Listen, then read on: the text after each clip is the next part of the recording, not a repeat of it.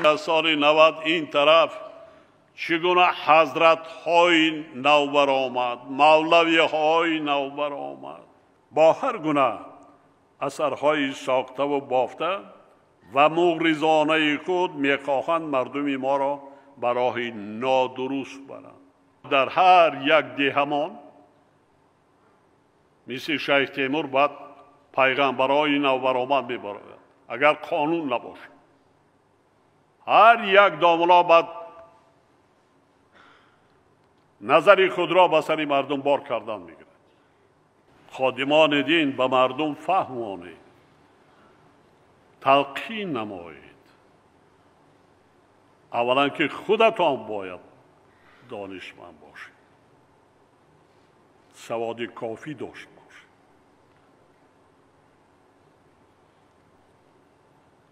چرا ما بیگانه پرستی میکنیم؟ چرا ما بیگانه ها را اینقدر تشویق و ترغیبات میکنیم؟ من نمیفهمم. چی میدید؟ چرا ملت را گمراه میکنیم؟ با کدام زبان فهمانم؟ چگونه؟ کدام راهبر دولت دنیا ملت خود را، خلق خود را دیده دانسته با آتش دل میدهد؟